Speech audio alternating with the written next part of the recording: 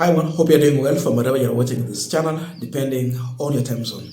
Now, Raila is in the race for the African Union Commission chairmanship, and this is not the first time Kenya is producing a candidate for that seat.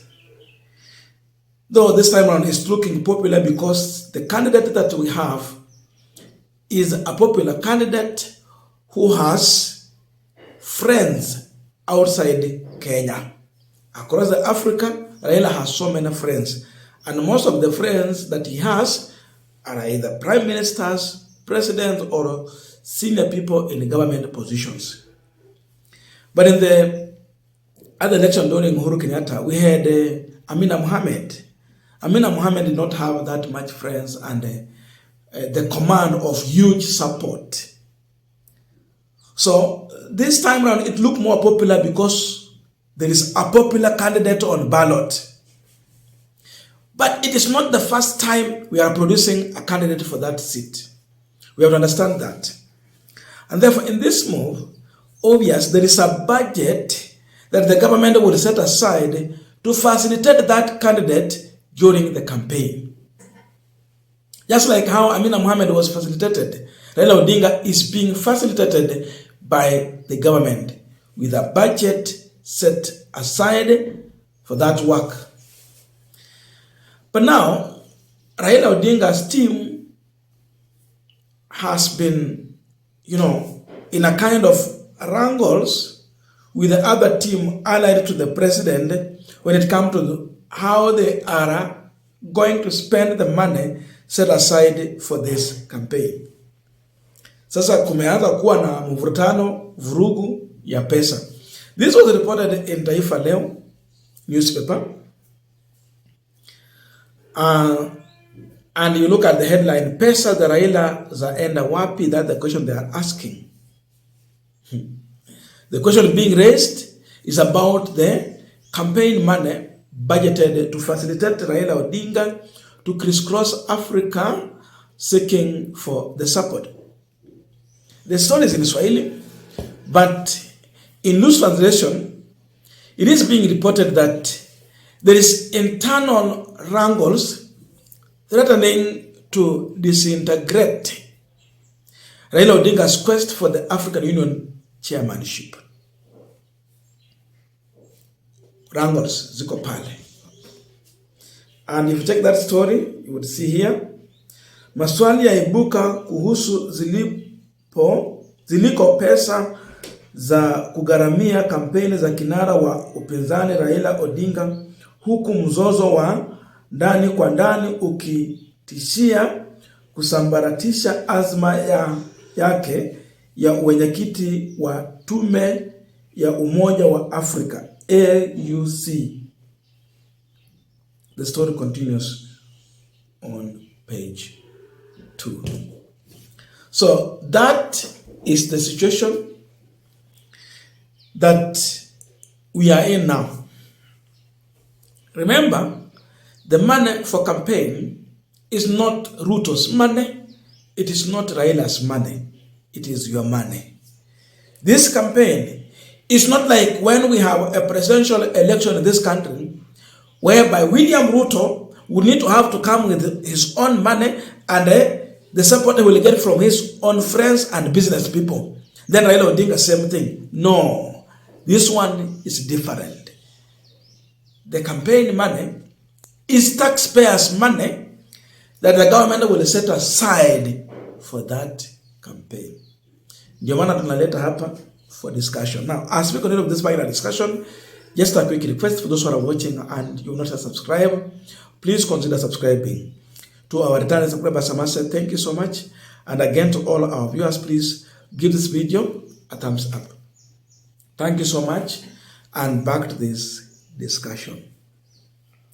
The big problem that we are having is that due to these wrangles, Raila might not utilize the time in order for him to capture the AUC seat.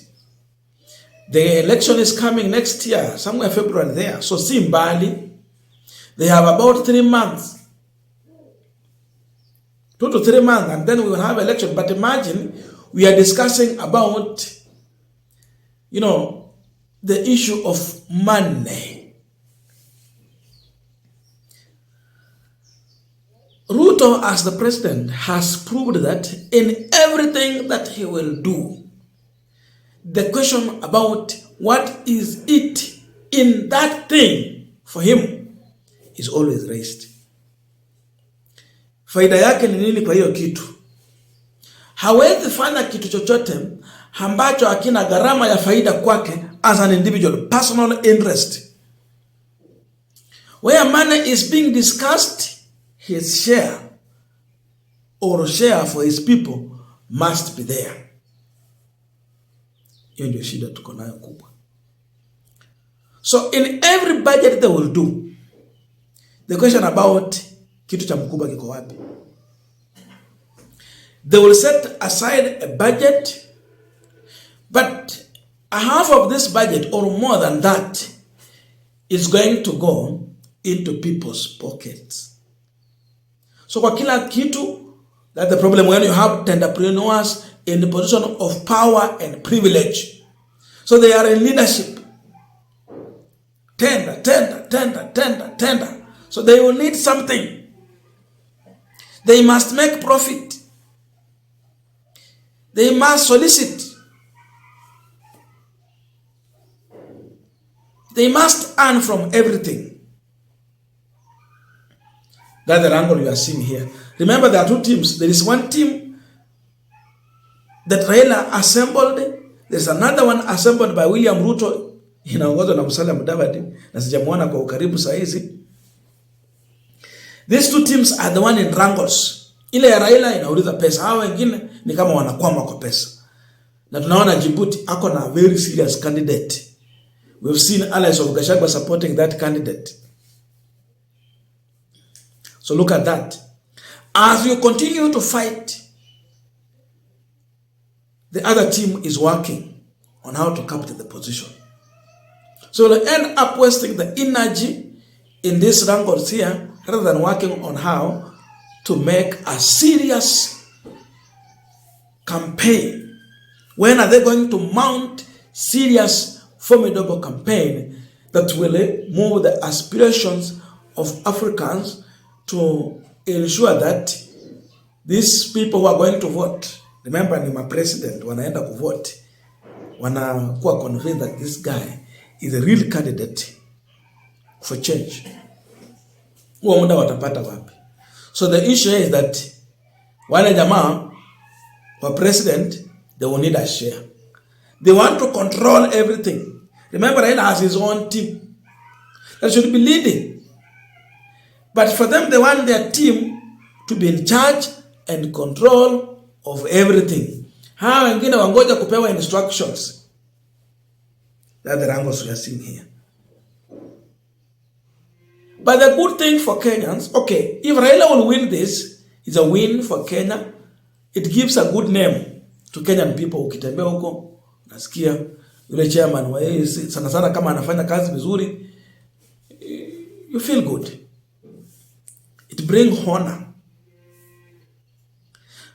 But now, another advantage is this. That's why I say Kenyans are not losing anything here. If Raila Odinga will lose, he will come back here. We have a failed government. And now you see when the machinery that Raila and that Kalonzo and Gachagua are trying to assemble is becoming a headache, hectic for this regime. So for us, when he is winning, we have no problem. When he's losing, it is hallelujah that he will come back here and challenge William Ruto. Either we have 3 horses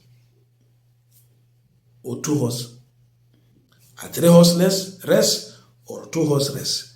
So if you have a 3-horse race, there will never be a winner in round 1. Just give Kalonzo 2 million votes and give Raila another 2 million votes or 3. Give Ruto 3 million votes. Who will be the president? No one. Runoff will be called.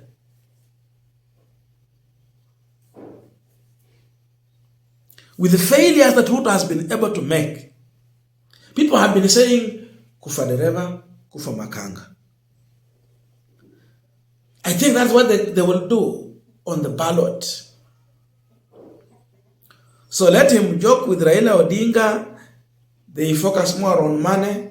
They need the percentages. They want to control everything. Then they lose. He will be here to challenge them.